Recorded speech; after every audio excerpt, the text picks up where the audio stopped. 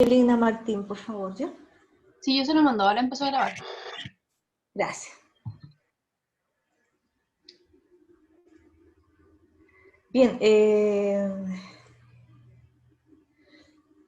quiero mencionarles que hoy día tenemos la clase de digestivo y la próxima semana, ¿verdad? Tenemos prueba también de digestivo. No va a haber prueba de histología, sino que de embriología solamente, ¿ya? Así que con eso voy a mandarle a la Tamara las actividades que vienen para la próxima semana, una minuta, para que ustedes estén enterados, ¿ya? De las clases y de las siguientes pruebas que vienen a continuación. Bien, en virtud del tiempo, vamos a empezar, vamos a compartir pantalla, dado que tiene demasiado contenido la clase.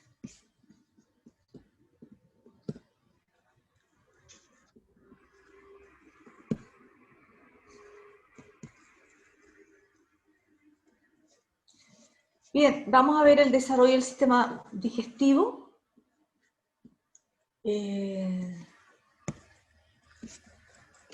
Vamos a partir diciendo, va a ser solamente una clase de sistema digestivo en embriología y en histología son dos, ¿ya?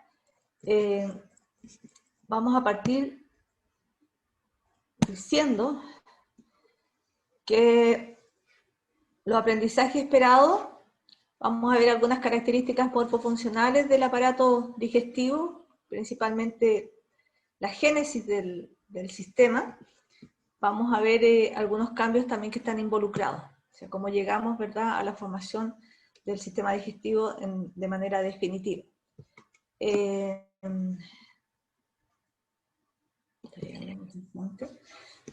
Los indicadores de logro, nos vamos a explicar procesos en la formación del aparato digestivo, algunas características morfofuncionales del esófago, estómago, duodeno, hígado, páncreas. Vamos a esbozar solamente el vaso y vamos a ver todas las asas intestinales, la cavidad peritoneal, ¿ya? Vamos a terminar y los cambios que se originan en virtud de eso. Vamos a partir diciendo, como lo vemos aquí, vamos a recordar esta imagen.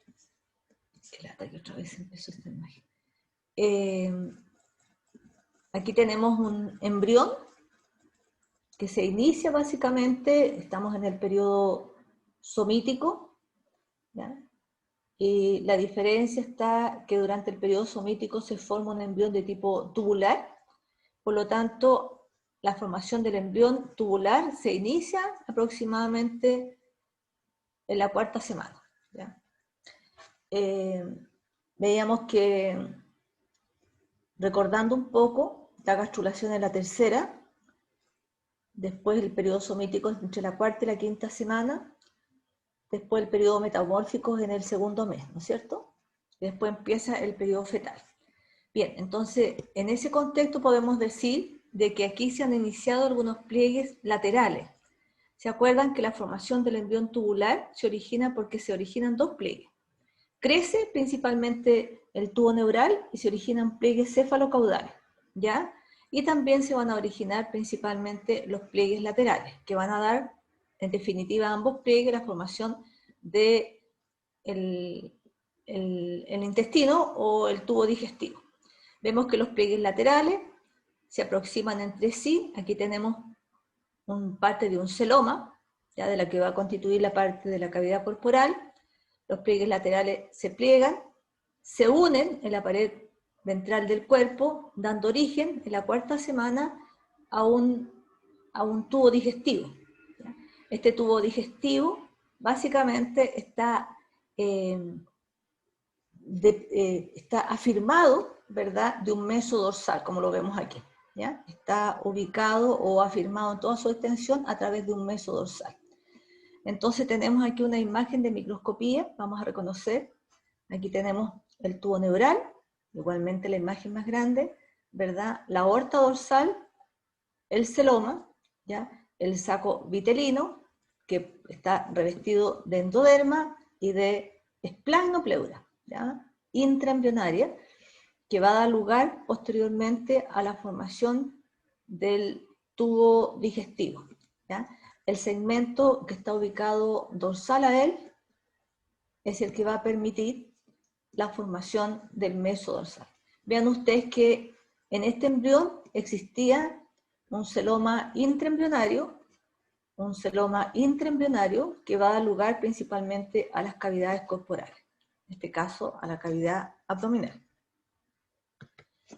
Esta imagen nos muestra también un corte sagital de la cuarta semana, pero desde otro punto de vista, ¿ya? Formando principalmente cómo se están gestando los pliegues cefalocaudales. Vemos aquí en azul el tubo neural en formación, ¿ya? Podemos ver básicamente los días, voy a ver si alcanzo a sacar esto que está aquí. Este está en un periodo presomítico, antes de la cuarta semana, este a los 24 días y este a la cuarta semana, ¿ya? Entonces, entre los 20 y los 35 días, recuerden que es el periodo básicamente que se forma el embrión de tipo tubular. Aquí vemos que crece el tubo neural, ¿ya? Las vesículas encefálicas, eso permite que la membrana bucofaríngea que está ahí a ese nivel, ¿verdad? Y el esbozo del corazón cambien de posición y se ubiquen a nivel de la parte faríngea, a nivel del cuello. Eso conlleva a la formación de un embrión incurvado, que tiene esta forma de C, ¿ya? Determinando estos pliegues también, el cierre del saco vitelino que tenemos aquí, y la formación posteriormente del intestino. Vean ustedes que la porción medial del intestino queda comunicado, ¿verdad?, con el conducto vitelino, y el conducto vitelino con la porción distal del saco del mismo, saco vitelino. ¿Ya? Ahora, estos pliegues cefalocaudales y laterales van a determinar a la cuarta semana la formación de un tubo cerrado, como lo vemos aquí, que tiene 3 regiones. Un intestino anterior, como lo vemos aquí este segmento, un intestino medio, que comunica principalmente con el saco vitelino y después con el pedículo, ¿verdad? Y un intestino posterior. Vamos a analizar un poquito esta imagen que tenemos aquí. Vemos que el tubo es cerrado absolutamente por la región rostral y caudal. Y vemos que la membrana bucofaríngea, que es una membrana, recuérdense que tiene ectoderma y endoderma, no tiene mesoderma intermedio, limita principalmente la boca primitiva, que es la que está aquí. La boca primitiva, ¿verdad?, denominada estomodeo, con el intestino anterior. Y el fondo de saco, ¿verdad?, caudal, vamos a tener la membrana cloacal, como la vemos aquí, que delimita principalmente el proctodeo, lo que va a ser el ano, ¿ya?, con el intestino posterior. También no debemos olvidar que durante este tiempo, a través del intestino posterior, se está formando, ¿verdad?, todo lo que es el cordón umbilical. Y se produce un pequeño divertículo, ¿verdad?, que origina principalmente el intestino posterior, ¿ya?, que se proyecta, principalmente el saco vitelino, que se proyecta hacia lo que va a ser el pedículo de fijación, que es el alantoide. En esta imagen posterior que vemos aquí, ya vemos que se generaron la vesícula encefálica, ¿verdad? Hubo la formación del intestino, está regionalizado en 3 segmentos, anterior, medio y posterior, y que el anterior, ¿verdad?, empieza a generar a través del endoderma una serie de estructuras que están asociadas al endoderma y al intestino, como son el divertículo laringotraqueal. ¿Ya? También se origina a partir del endoderma, ¿verdad?, a partir del intestino, todo lo que va a ser el hígado y las ramas císticas y del páncreas. La porción media, vemos que se comunica principalmente, ¿verdad?, con el conducto ónfalo-mesentérico, como lo vemos aquí, ¿ya?, que comunica con el saco vitelino, y el intestino posterior con un ensanchamiento y una cavidad que se denomina cloaca, que es sumamente importante, donde desembocan 3 sistemas que lo vamos a ver, que es el sistema digestivo y el sistema urogenital. Podemos ver de que el tubo digestivo se encuentra regionalizado. Tenemos un estómago, un intestino delgado, un intestino grueso, duodeno, ¿verdad? Está absolutamente regionalizado. De tal manera que esas regionalizaciones principalmente van a depender de interacciones que son entre el epitelio y el mesénquimo. Ahora, vemos aquí, en esta parte, ¿verdad? Que tenemos el intestino, es un ejemplo de regionalización del intestino posterior. Este es el endoderma y este es el tejido mesodérmico, principalmente la esplagmopleura derivada del mesoderma lateral. Entonces, el morfógeno que vemos aquí, que es el Sonnenhedge, secretado por el endoderma del intestino, va a inducir, ¿verdad?, al mesoderma que lo rodea una expresión anidada, ven aquí, una expresión anidada de los genes HOC. Estos genes inician una cascada de genes que van a instruir a este endoderma intestinal a diferenciarse en todas sus identidades regionales. Obviamente que la señal o las interacciones, ¿verdad?, entre estos dos tejidos constituye, ¿verdad?, una comunicación entre el endoderma y el mesénquima y permite finalmente la regionalización del intestino posterior. Posteriormente, la 4ª semana, vemos que hay una diferenciación del intestino primitivo. Y aquí vemos que hay un intestino, una región que es un intestino anterior, un intestino medio, comunicado aquí con el pedículo, y un intestino posterior. El intestino anterior se proyecta desde el estomodeo, de la cavidad bucal, hasta el techo del pedículo vitelino, hasta este sector, ¿ya? Y tiene una región anterior y una región posterior. La región anterior corresponde o contiene principalmente la boca primitiva y el brote respiratorio, como lo vemos aquí. El posterior, el segmento del intestino anterior, pero el segmento posterior, comprende el estómago, perdón, el esófago, el estómago, parte del duodeno.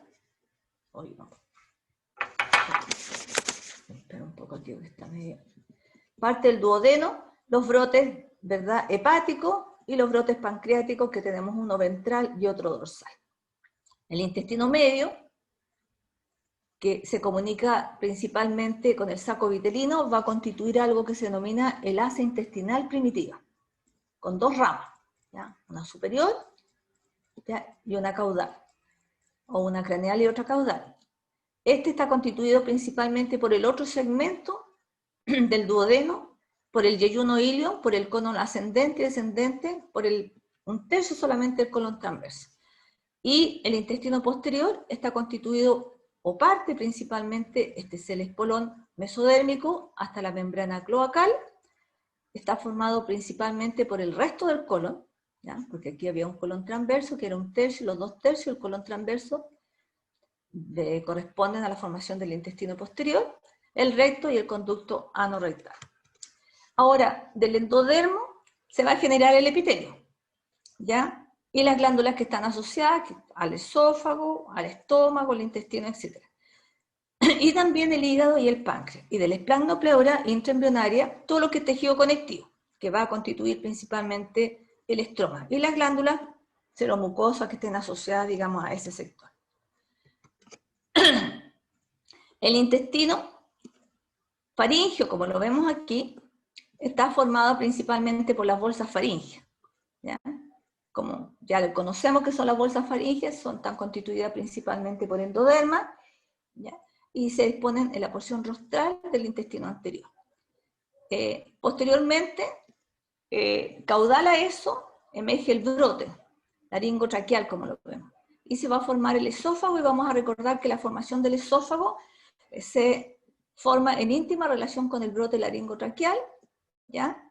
Y al principio hay una amplia comunicación, posteriormente hay un tabique de tejido mesodérmico y posteriormente surge un surco que va a delimitar o va a generar un conducto independiente entre lo que va a ser la tráquea y el esófago. Con el crecimiento del cuello y el descenso del corazón, entonces se permite y se elonga o crece en longitud el esófago. El esófago va a presentar un epitelio, principalmente, inicialmente es un epitelio de tipo simple, más bien de tipo cúbico, de una capa, y posteriormente prolifera activamente para formar un epitelio pluriestratificado. Está asociado con algunas glándulas que lo vamos a ver un poco en histología. El intestino aquí, perdón, el esófago aquí, ya como parte del intestino anterior, lo vamos a ver en histología, está compartimentalizado en su fracción muscular, ¿ya? Tiene una parte de músculo esquelético, la parte rostral, y el resto, digamos, hacia la porción media y caudal, tiene músculo liso. Este músculo esquelético viene o proviene principalmente del tejido mesenquimático de los arcos faringeos, de los somitos que están asociados a ese nivel. En cambio, ¿verdad? El músculo liso viene de la esplena pleura que está asociado, ¿ya?, a todo el tubo digestivo.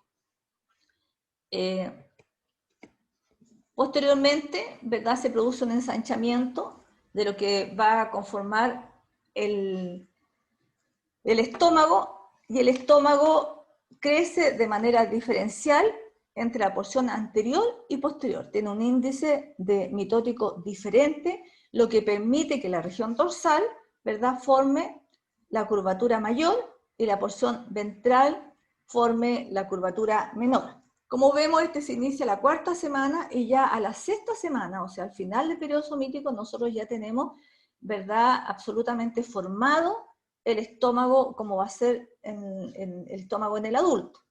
Bueno, durante la cuarta y quinta semana se produce una serie de eventos. Principalmente el estómago va a girar de acuerdo a los punteros del reloj de izquierda a derecha, permitiendo, ¿verdad?, que todo lo que es izquierda quede en disposición ventral y lo que es de derecha quede en disposición dorsal, el primer giro. Y eso también nos permite entender en el adulto, ¿verdad?, que el nervio vago es arrastrado principalmente por este giro y que obviamente que el nervio vago izquierdo está en disposición ventral y el derecho en disposición dorsal. Posteriormente, vemos aquí que se produce un desplazamiento del estómago. Y el píloro que tenemos acá asciende y gira hacia la derecha, quedando básicamente retroperitoneal, ¿ya? Y el fondo obviamente se desplaza hacia abajo y hacia la izquierda. De tal manera que la curvatura mayor queda en disposición inferior y la curvatura menor en disposición superior. Por lo tanto, el estómago entonces sufre un giro de 90 grados de acuerdo a los punteros reloj y un desplazamiento que permite, ¿verdad?, que quede el píloro hacia la derecha y hacia dorsal, retroperitoneal. Este giro del estómago también conlleva a un giro al duodeno y arrastra al duodeno que está inmediatamente adyacente al estómago, ¿ya? Y también lo hace, lo dispone hacia la derecha y hacia retroperitoneal.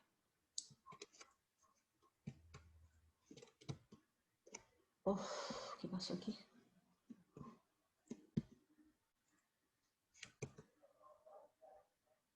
Ay, no me salió una imagen. No puedo creerlo. Bien, me faltó una imagen. Aquí no sé por qué razón. Bien, pero lo importante es que aquí tenemos el estómago, y el estómago al girar y al desplazarse hacia la derecha arrastra consigo, ¿verdad?, al mesodorsal que lo tenemos aquí. Y este mesodorsal lo que hace, en definitiva, ¿verdad?, es girar, estirar el mesodorsal con la rotación y forma principalmente la transcavidad de los epiplones, ¿ya? Vamos a ver si logramos sacar esto de aquí. Aquí lo vemos, la bolsa omental, que es una cavidad o transcavidad de los epiplones. Entonces vemos que con el cambio de posición del estómago se forma esta bolsa omental, que va a ser importante al final cuando lo vamos a ver, ¿ya? Ojalá que no nos vuelva a pasar.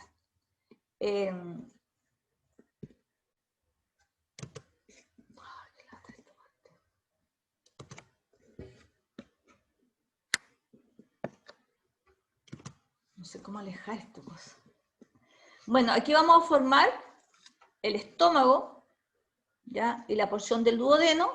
Aquí tenemos el estómago. Inicialmente el estómago, vean ustedes que se ubica dorsal al corazón y posteriormente con la formación del cuello, ¿verdad? Y con el descenso del corazón va a quedar la disposición de la cavidad abdominal, ¿ya?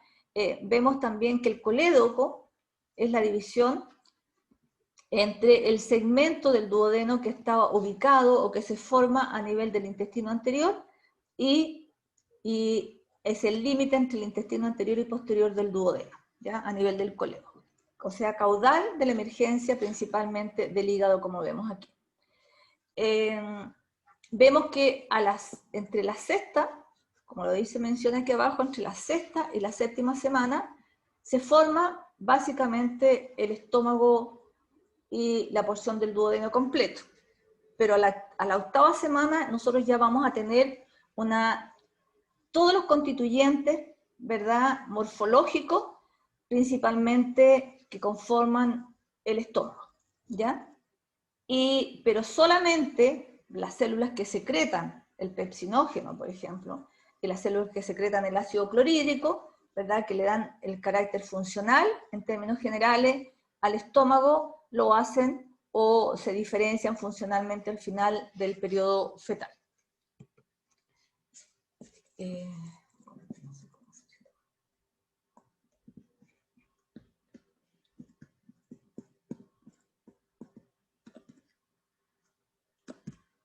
Un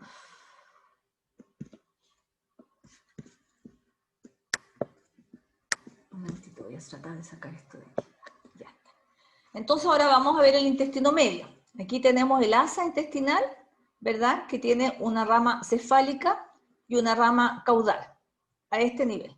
De la rama se comunica principalmente con el conducto vitelino, y de la rama cefálica se va a formar el resto del duodeno, el yeyuno y parte del ilion, y de la rama caudal se va a formar el ilion, o sea, el segmento que corresponde al resto del ilion, el ciego, el apéndice, el colon ascendente y los 2/3 proximales del colon transverso. Lo importante aquí, que al rotar el estómago, ¿verdad?, conlleva parte del duodeno, que ya dije se ubica hacia la derecha, y se hace retroperitoneal. En esta asa intestinal sufre una rotación principalmente de 270 grados, ¿ya? Y se forma hay un proceso fisiológico que se llama la hernia fisiológica, la hernia umbilical fisiológica, que corresponde principalmente a la salida de toda la asa hacia el exoceloma, hacia la porción fuera del individuo. ¿Y por qué ocurre esto? Principalmente porque a este nivel el hígado, que está bastante grande, que corresponde al primer órgano hematopoyético en función, está prácticamente ocupando toda la cavidad abdominal.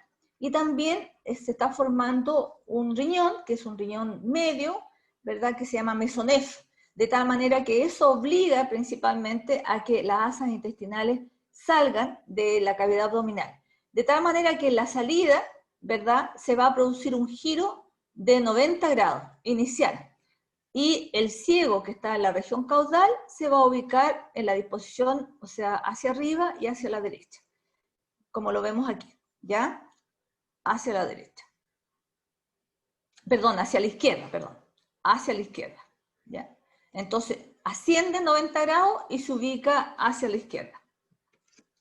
Posteriormente, se forman los diferentes segmentos y a la octava semana empiezan a ingresar e ingresan, ¿verdad?, de manera ordenada. La rama cefálica, todos los constituyentes ingresan primero a la cavidad y después la rama caudal.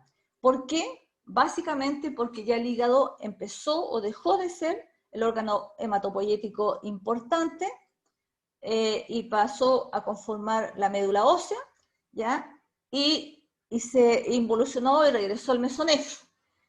Y ahí se genera otra rotación de 180 grados, de tal manera que el ciego, que es nuestro indicador, que estaba hacia la izquierda, ¿verdad?, cruza hacia la derecha y se ubica en el cuadrante superior derecho, cerca del hígado. Y posteriormente, este ciego desciende a la fosa ilíaca derecha por el crecimiento paulatino y la formación del colon ascendente. Vean ustedes que a medida que va creciendo este sector, ¿verdad?, el ciego va a pasar a ubicarse en la fosa ilíaca derecha por crecimiento, ¿verdad?, paulatino y formación del colon ascendente y parte del colon transverso. Entonces el intestino medio partió con un asa intestinal y tuvo dos rotaciones, a la salida uno de 90 y a la entrada otro de 180, dando un giro en 270 grados total. Y va a determinar entonces finalmente la formación del colon ascendente y el resto del segmento del colon transverso, y determinando que el ciego se forme o se ubique en la fosa ilíaca derecha. Vean ustedes como la asa intestinal, principalmente desde las ramas a partir del duodeno, yeyuno, ilion, ¿verdad?, ya se han elongado lo suficiente en el espacio isoscelómico y están ubicando una disposición, ¿verdad?, intraperitoneal. El intestino posterior, por otra parte, termina en la cloaca, ¿ya? Y obviamente la cloaca es un espacio que está revestido por endoderma, donde convergen estos tres sistemas que yo le mencioné, que es el sistema digestivo y el sistema urogenital. La membrana está delimitada por la membrana cloacal, y este sector, vean ustedes que aquí está el alantoide, está el intestino posterior y está la cloaca. Esta es dividida por este tabique. Este tabique se denomina tabique urorectal, de tal manera que deja una porción superior que va a constituir el seno urogenital primitivo y un segmento posterior que va a conformar el conducto anorectal. Este tabique, que es de origen mesodérmico, también va a dividir a la membrana cloacal, dejando una membrana que va a unir o va a delimitar el sistema urogenital, por eso se llama membrana urogenital, y una membrana, digamos, para el sistema digestivo denominado membrana anal. La membrana cloacal se rompe la 8ª semana y el canal obviamente está revestido externamente, una parte por endoderma, que es la porción distal, y externamente por ectoderma. El hígado, tenemos que entender aquí que el tubo digestivo está anclado principalmente, casi en toda su extensión, desde el esófago, ¿verdad?, hasta la cloaca, a través de un meso dorsal. Pero también existe un meso ventral, como lo vemos aquí. Y ese meso ventral se origina principalmente del septum transverso. No sé si se acuerda del septum transverso, que es un tejido mesenquimático de tipo especializado, que va a formar definitivamente el diafragma. Bien, aquí vemos que inicialmente, en este entorno que nosotros tenemos, ¿verdad?, se origina el brote de la rama hepática y cística a partir de la parte anterior del intestino anterior, en la porción caudal. Aquí tenemos el límite del duodeno y al final, ¿verdad?, emerge esta rama hepática y esta rama cística. Esta que tenemos aquí va a corresponder principalmente al páncreas, la rama ventral y la rama dorsal. ¿Hacia dónde crece? Principalmente crece, ¿verdad?, cruza hacia el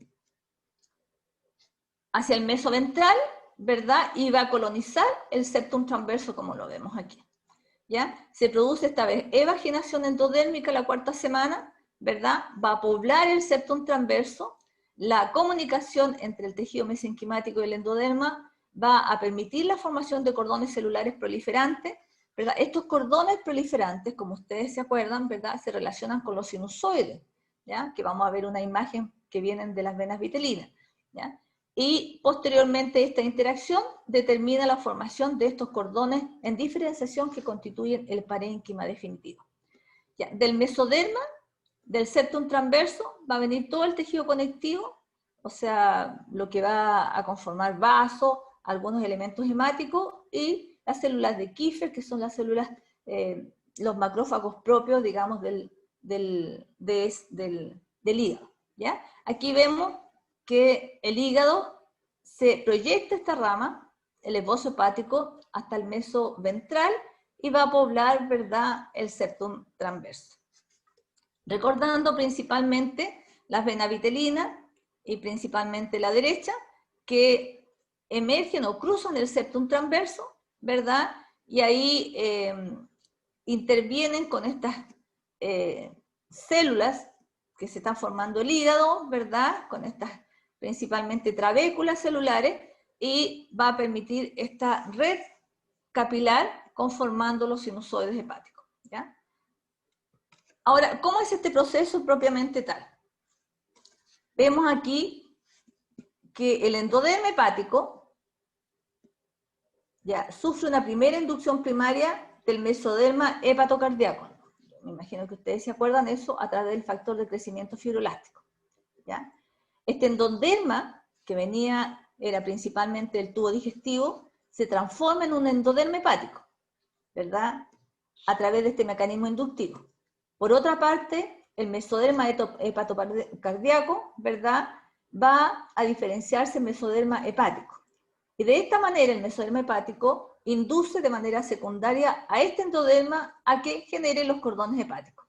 Y los cordones hepáticos, ¿verdad?, por una inducción recíproca, va a permitir que este mesoderma hepático, que está proveniente principalmente, vaya formando los endotelios, el endotelio del hígado, o sea, los vasos sanguíneos, ¿ya? Y este tejido, estos vasos sanguíneos que vienen de las vitelinas, ¿verdad?, van a generar una inducción terciaria sobre estos cordones hepáticos para diferenciarlo estructural y funcionalmente a las células hepáticas. No vamos a entrar en este detalle, pero vemos, ¿verdad?, que hay una serie de moléculas, factores de crecimiento, proteína morfogenética, etcétera, que van a permitir diferenciar las características de este epitelio y constituir el parénquima definitivo. Aquí vemos el hígado, ¿ya? Que se encuentra principalmente ya casi formado en el septum transverso, y vemos, ¿verdad?, que todo el mesoderma que está aquí constituyendo el septum transverso va a conformar no tan solo el estroma, el diafragma, y va a conformar una cápsula de tejido conectivo que lo envuelve, que se llama la cápsula de Gleason. Esta cápsula de Gleason envuelve todo el hígado, con excepción en el lugar donde, como el hígado crece, ¿verdad?, se une ampliamente con el diafragma, de tal manera que deja un espacio donde la cápsula de Gleason no la envuelve y se llama el área desnuda del hígado. Esta parte que tenemos aquí arriba en azul, ¿ya? Ahí está, el área desnuda del hígado. El páncreas, algo pequeño sobre el páncreas, tenemos un esbozo que es ventral y otro dorsal. ¿Dónde emergen? El dorsal emerge obviamente superior al brote hepático, ¿ya?, y el ventral en dirección caudal. También veíamos que el estómago, con la rotación del estómago, conllevaba al duodeno. Y al arrastrar el duodeno, ¿verdad?, este se hace, básicamente, se ubica hacia la derecha y retroperitoneal. Eso obliga básicamente que el páncreas ventral, que tenemos aquí, rote en dirección hacia la región dorsal y se una, ¿verdad?, con el páncreas o con el esbozo dorsal, ¿ya?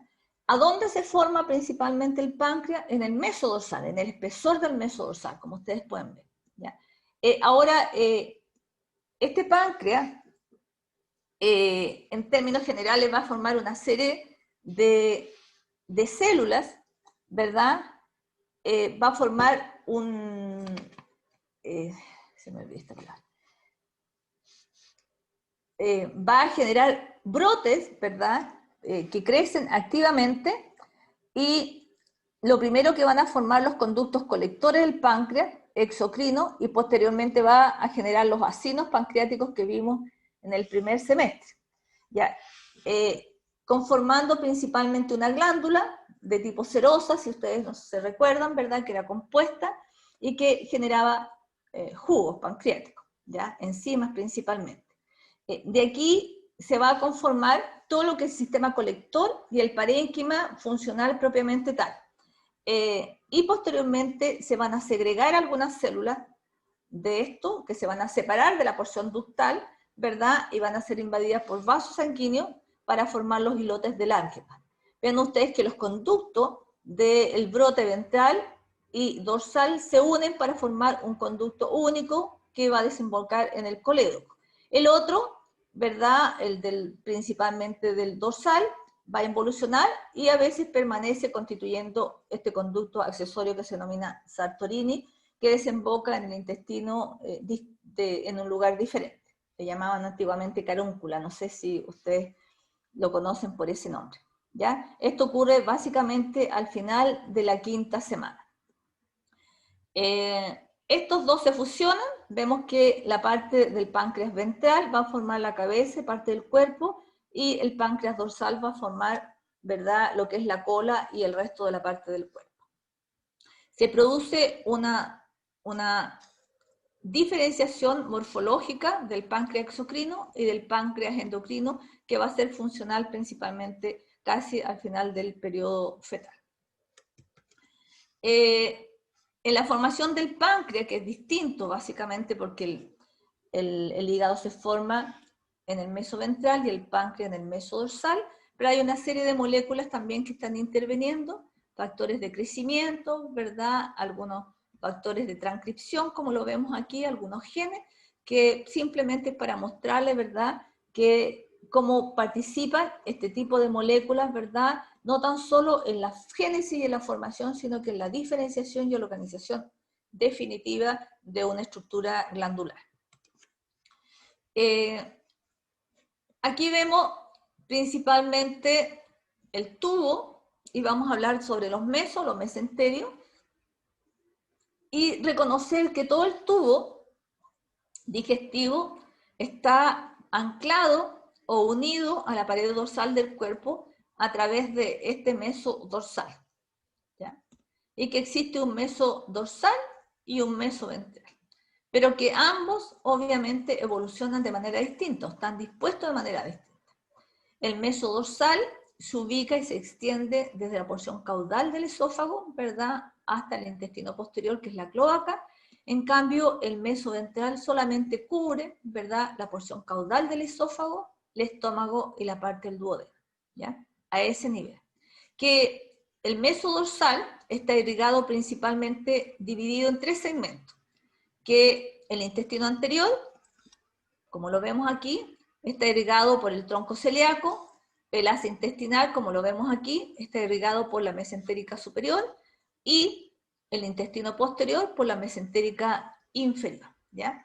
Entonces, estos son los meso o mesentérios, y vamos a ver y definir principalmente en qué consiste eso. ¿Qué es lo que es un meso? Corresponde a una doble capa de peritoneo que envuelve un órgano y lo conecta con la pared del cuerpo, o sea, lo hace intraperitoneal. O sea, es un tejido conectivo, ¿ya?, que envuelve principalmente al órgano y lo conecta con la pared del cuerpo, o sea, lo une con la pared como el mesodorsal que lo veíamos aquí. Eso hace principalmente un órgano intraperitoneal. Si lo envuelve completamente, es un órgano intraperitoneal. Pero a otros órganos, en cambio, tiene solo la superficie anterior cubierta por este peritoneo, por este tejido conectivo, ¿ya?, que está delimitado obviamente con un mesotelio, ¿verdad?, de epitelio plano.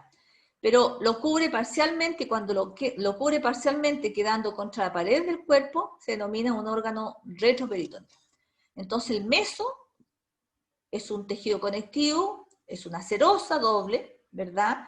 Cuando lo cubre, genera un órgano intraperitoneal, y cuando lo cubre parcialmente, solamente la parte anterior, es un órgano retroperitoneal.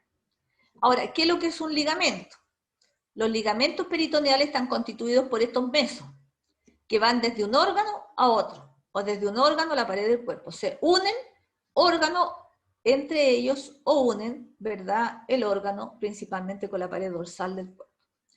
Dentro de estos mesos, los vasos sanguíneos, linfáticos y nervios salen o entran a las vísceras abdominales a través de estos mesos o a través de estos ligamentos.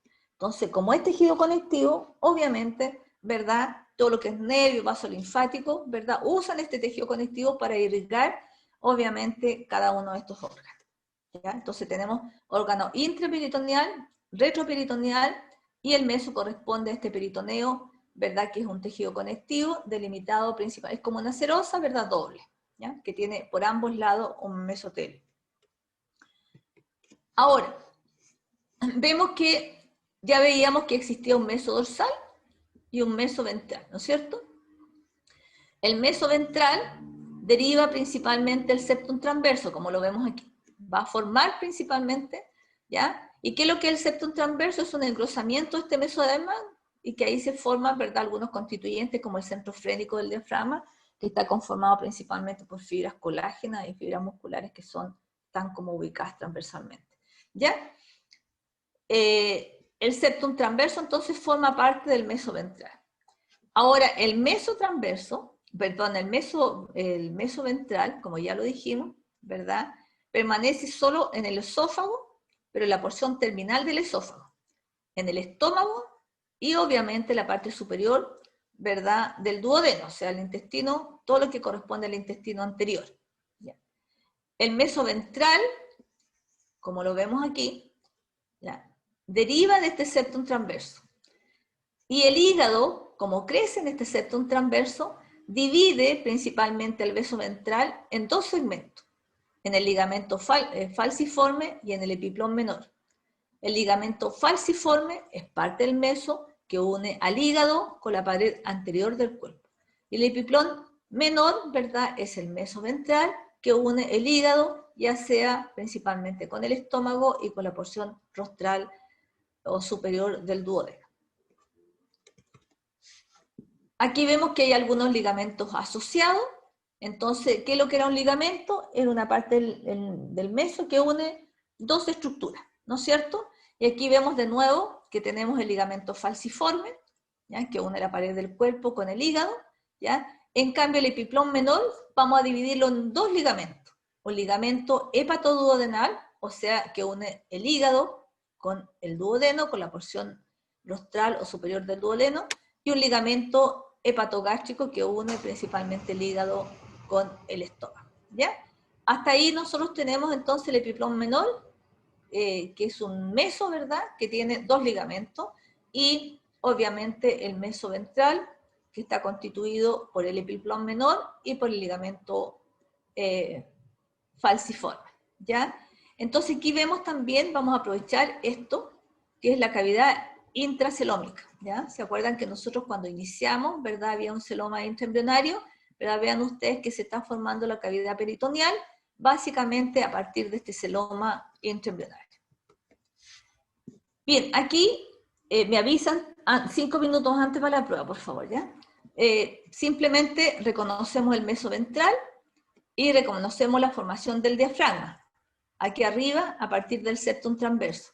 Vemos que este tejido mesenquimático, ¿verdad?, a partir del septum transverso, conforma esta cápsula de Gleason, ¿ya? Y como el hígado crece, ¿verdad?, se conecta principalmente en un sector medial con el diafragma, de tal manera que la cápsula deja este espacio abierto, denominando el área desnuda, como lo vemos ahí. Vamos a leer. El peritoneo recubre al hígado a excepción de la zona de contacto con el diafragma, denominando área desnuda. En esta zona es donde el revestimiento de este peritoneo se continúa con el revestimiento de la pared del diafragma, aquí, ¿verdad?, con el revestimiento. Y es también el área donde se forman algunos ligamentos, ¿ya?, los coronarios, y que hacia lateral van a formar los ligamentos triangulares que seguramente ustedes lo ven en anatomía. Ahora vamos a ver el meso dorsal. Es un meso. Este mesenterio va desde el extremo inferior, como ya les había dicho, del esófago, hasta la región del intestino posterior, que es la cloaca. En el esófago, como lo vemos aquí, la región solamente caudal se denomina mesoesófago, ¿ya?, la comunicación entre el esófago y la pared corporal. Y aquí se va a diferenciar un grueso tabeco, un tabique de tipo conectivo, mesenquimático, que se denomina el mediastino, ¿ya?, que es básicamente derivada del mesodorsal. Aquí vemos también, recordando principalmente que el estómago que tenemos aquí gira en 90 grados, ¿verdad? De acuerdo a los punteros del reloj. En cambio el intestino, ¿verdad? Lo hace en contra de los punteros del reloj. El estómago lo hace de izquierda a derecha y el intestino lo hace inverso, ¿ya? De derecha a izquierda. Ahora, vemos aquí que al girar el estómago y al desplazarse, ¿verdad? Arrastra consigo al mesodorsal y va a formar algo que nosotros conocemos la bolsa omental o la transcavidad de los piplones. Se le llama también epiplón mayor al meso que está comunicado principalmente con el estómago, ¿ya? Entonces, cada vez que hablamos de epiplón mayor, estamos hablando al mesodorsal que está ubicado alrededor del estómago. Entonces, la bolsa es esta cavidad que tenemos aquí, que está conformada principalmente por este estiramiento, por este arrastre, que generó, ¿verdad?, el cambio de posición del estómago, ¿ya? También se llama transcavidad de los epiplones. Vean ustedes que el páncreas, ¿verdad?, vamos a ver lo que se hace retroperitoneal porque se está formando en el mesodorsal. El mesodorsal, como lo vemos aquí, de nuevo está explicado lo que yo dije. En el estómago, aquí está la bolsa omental, aquí está el mesodorsal, el estómago, ¿verdad? Un corte, ¿verdad?, transversal y un corte longitudinal del mismo que nos permite ver el epiplón mayor, relacionado principalmente que el mesodorsal, relacionado con el estómago, y la bolsa omental o transcavidad de los epiplones. Está explicadito aquí, en el estómago forma el mesogastrodorsal o epiplón mayor, el que mediante la rotación que experimenta el estómago y por una invaginación que crece en el interior del meso, de izquierda a derecha, se origina básicamente la bolsa omental o transcavidad de los epiplones, ¿ya? ¿Qué sucede después? Vemos aquí que tenemos el estómago rotó, y vemos aquí principalmente el páncreas.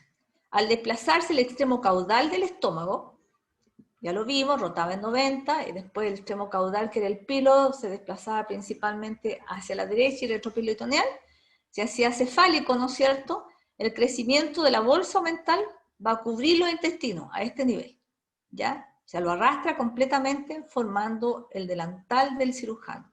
Entonces, este es el epiplón mayor, y por arrastre va a formar, ¿verdad?, esta estructura con doble pared que nosotros en el adulto lo vamos a llamar el delantal de los cirujanos, ¿ya? ¿Qué hace? Es un meso, que parte del meso dorsal, que cubre principalmente los intestinos.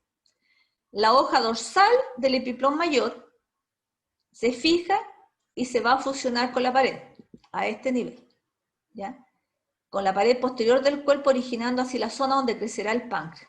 Vean ustedes que se origina principalmente, se ubica la hoja dorsal, esta parte de la hoja dorsal, a la pared del cuerpo, entonces de tal manera que el páncreas es retroperitoneal. Aquí lo vemos, ¿verdad? Esta hoja se une a la pared dorsal del cuerpo, generando o ubicando el páncreas retroperitonealmente. Ahora vemos la transcavidad de los epiplones, y vamos a ver básicamente que en el epiplón mayor, que ya lo tenemos, ¿verdad? Aquí tenemos el epiplón mayor, se desarrolla también en el espesor el vaso. Entonces en el mesodorsal se desarrolla también el páncreas, que se hace retroperitoneal, y el vaso, ¿ya? Y entonces el vaso lo que hace es básicamente generar, aquí tenemos el estómago, aquí tenemos el vaso, y como dijimos que los ligamentos son aquellos mesos que unen dos estructuras, se diferencia el ligamento entre que es gastroesplénico, aquí, y otro que es espleno, o pancreático, o viceversa. Y aquí también se está formando el riñón. Por lo tanto, tenemos un ligamento, dos ligamentos, gastroesplénico, ¿verdad? Y espleno pancreático, que el páncreas está ubicado en la porción dorsal del cuerpo, ¿ya? Dos ligamentos con la formación del vaso. Ahora, aquí vemos, ¿verdad?, el epiplón mayor o el delantal de los cirujanos. Vemos también que a este nivel la hoja dorsal de este mesogastrio, aquí, el epiplón mayor, forma uniones secundarias, en este nivel con el colon transverso, con este colon que tenemos aquí, Ahí forma las uniones secundarias y por lo tanto, ¿verdad?, forma otro ligamento que va desde el estómago hasta el colon, que se llama el ligamento gastrocólico, que es este que está aquí. Varios ligamentos. Después, posteriormente, vean ustedes que el epiplón mayor tiene una cavidad, ¿verdad?, que ya dijimos que era la transcavidad de los epiplones, y tiene una hoja anterior o ventral y una hoja dorsal. Entonces, la pared dorsal y ventral de la transcavidad de los epiplones, que es esta, se fusionan, ¿verdad?, y forman uniones también secundarias, obliterando la luz de esta zona, y a este proceso, ¿verdad?, se denomina coalescencia de los mesos, o sea, la fusión de la hoja ventral y dorsal, ¿verdad?, del epiplón mayor. Coalescencia de los mesos. Bien, aquí vemos de nuevo qué pasa principalmente con el meso en forma definitiva. Aquí vemos el meso dorsal y la irrigación. No se olvide que todo este proceso, ¿verdad?, juntamente con este proceso se formó el asa intestinal, se produjo una evisceración, el hernia umbilical fisiológica, que salió, digamos, al espacio exocelómico y que estaba irrigada principalmente por la mesentérica superior. Ya, el meso del yeyuno, como lo vemos aquí, tenemos el duodeno, el yeyuno e ilio, finalmente quedaron libres, ¿ya?, desde la zona donde se hace intraperitoneal hasta el ciego, hasta aquí, y el apéndice. De tal manera que estos órganos, ¿verdad?, son intraperitoneales, están recubiertos completamente por, ¿verdad?, por los mesos. En cambio, ¿verdad?, el colon ascendente y el colon descendente se fusionan con el peritoneo, o sea, con la porción dorsal del cuerpo, quedando fijos y haciéndose retroperitoneo. Por lo tanto, están recubiertos solamente la porción anterior, ¿ya?, por peritoneo. El colon transverso, que es este que está aquí, queda libre, quedando fijo solamente en la zona donde se cruza con este duodeno, ¿ya? Entonces, en este sector es retroperitoneal y el resto del sector es intraperitoneal. Y por último, vemos que en este proceso de la formación de la hernia umbilical fisiológica, que primero sale la rama craneal y la rama caudal, que genera un giro en 90 grados, ¿verdad?, a donde el ciego se ubica en la posición, ¿verdad?, en la parte izquierda, y que posteriormente cuando ingresa, ¿verdad?, ingresa primero los elementos, la rama superior de manera ordenada, y posteriormente la rama inferior, y se produce la otra rotación de 180 grados, permitiendo, ¿verdad?, inicialmente que el ciego se forme o se disponga o se localice en el cuadrante superior derecho y posteriormente, ¿verdad?, con la formación del colon ascendente, se ubique en la fosa ilíaca derecha, ¿verdad? Todos estos cambios y rotaciones de posición van a determinar que haya un aspecto definitivo del meso dorsal. Lo vamos a leer. El meso dorsal asociado a la asa intestinal primitiva, que constituye la hernia umbilical fisiológica, presenta por efecto del crecimiento y rotación intestinal un aspecto final de tipo abanico. Y esto es lo que vemos básicamente, ¿verdad? Levantamos en un fallecido, levantamos y vamos a ver el delantal de los cirujanos y posteriormente vamos a ver, ¿verdad?, al meso dorsal en esta formación como abanico. El celoma. Aquí vemos el tubo neural en formación ectoderma o neuroectoderma, mesoderma y endoderma, ¿no es cierto? Aquí estamos en el periodo somítico, que se está formando los somitos, ahí lo vemos, ¿ya? Ahí. Mesoderma somítico, lateral, intermedio y lateral. A la segunda semana de desarrollo aparece el celoma extraembrionario. ¿Se acuerda que va a formar la cavidad coriónica? ¿Se acuerda del saco vitelino, verdad? Etcétera, etcétera. ¿Ya? Aquí tenemos entonces el celoma o cavidad extraembrionaria. Ahora, el intraembrionario, como lo vemos aquí, ahí están las cavidades, celoma intraembrionario, está tapizado por somatopleura, que es esta hoja, y el esplagnopleural del mesoderma lateral, este es el mesoderma lateral. Con la formación de estos somitos, ¿ya?, aparecen en el embrión dos cavidades y van a emerger las cavidades pericárdica, pleural y peritoneal. O sea, a partir del celoma intraembrionario, ¿verdad?, se va a generar una cavidad única que posteriormente se va a compartimentalizar. Las delimitaciones del embrión y las curvaturas que experimenta, que ya dijimos, ¿verdad?, hace que se forme la cavidad peritoneal debajo del septum transverso. Entonces, vemos que ahora vamos a ver cómo se forma eso. Primero, aquí vemos la formación del esófago, ¿ya? Y tenemos la formación del corazón.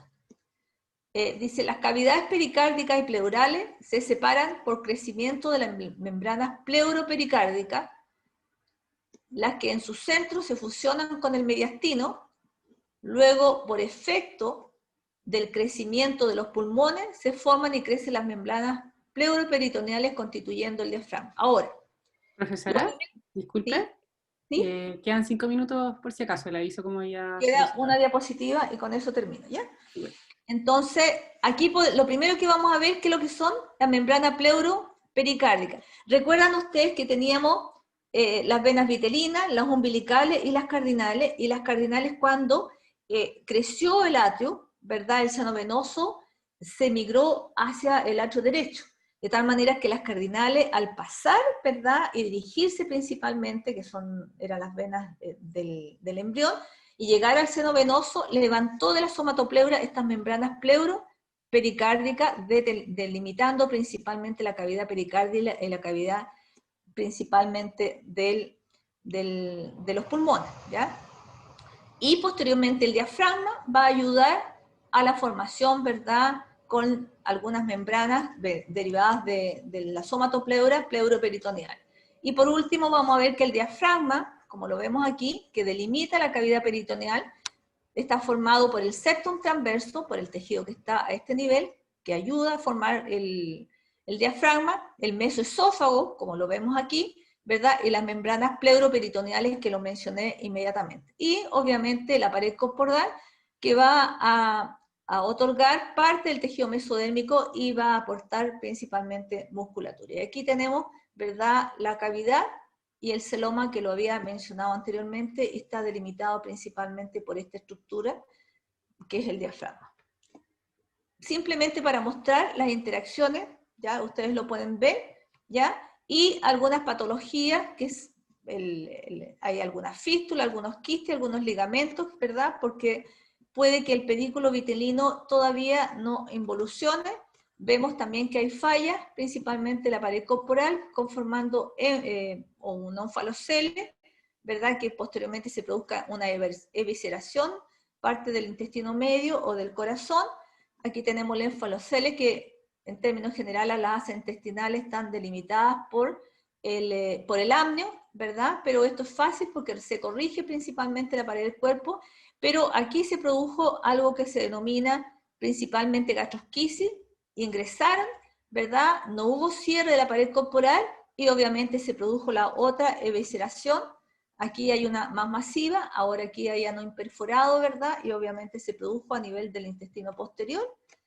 Y por último pueden aparecer algunas fístulas, ¿verdad?, o simplemente algunos procesos atrésicos, ya sea en el varón o en la mujer, donde el intestino puede comunicarse con el sistema urogenital o con la vagina en la mujer, o simplemente, ¿verdad?, generar alguna atresia o haber un ano imperforado. Bien, chiquillos, espero que le vaya bien. Esta clase era como relativamente larga. Y si ustedes quieren, se pueden desconectar como ustedes quieran para poder hacer tranquilamente la prueba. ¿Ya? Que les vaya bien y nos vemos en la clase de histología. Lleguen inmediatamente a la clase de histología porque es más larga que esta.